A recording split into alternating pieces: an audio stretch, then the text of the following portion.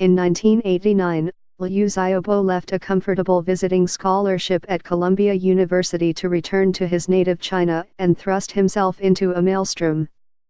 Thousands of students had occupied Tiananmen Square in Beijing to demand democratic changes and an end to Communist Party corruption, and without hesitation Mr.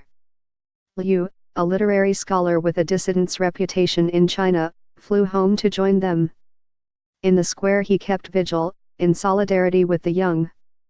But he also feared for their lives and ultimately implored them to leave, warning that the Chinese troops who had arrived to quell the disturbance might soon open fire.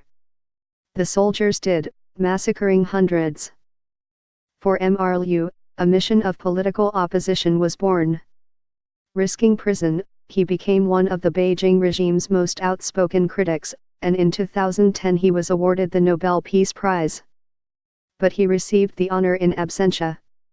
By then he was in prison, where he would remain until his death in July. The cause was liver cancer, apparently in an advanced stage, though few knew. The authorities did not disclose his condition until late June. Mr. Liu was just one of a remarkable roster of disparate people who died this year, having fought, as their eulogists might say, the good fight, an expression that rings of cliché but also of truth. They had fought, and fought some more, for causes larger than themselves. They were rarely famous.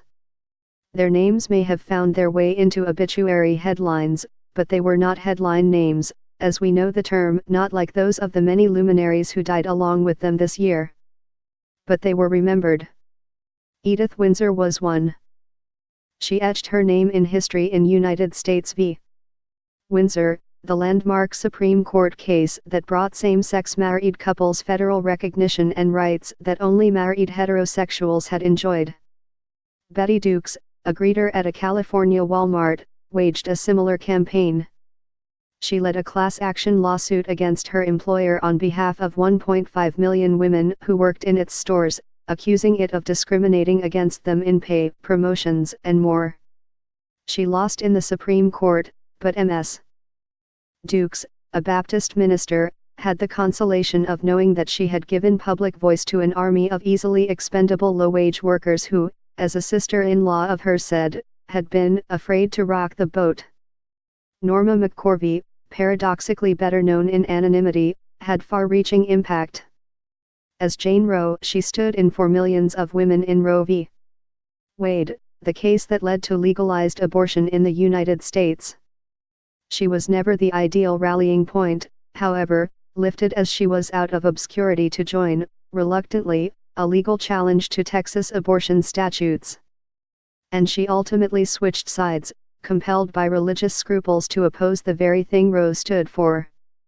When she died, each side in the debate pondered her uneasily as its imperfect own. The cause of racial justice lost champions in 2017, among them Roy Innis, whose Congress of Racial Equality, born in Black Power militancy, moved rightward. By contrast, Roger Wilkins, a protege of Thurgood Marshall, had emerged as a persuasive advocate at the centers of power in government, academia, philanthropy, and journalism.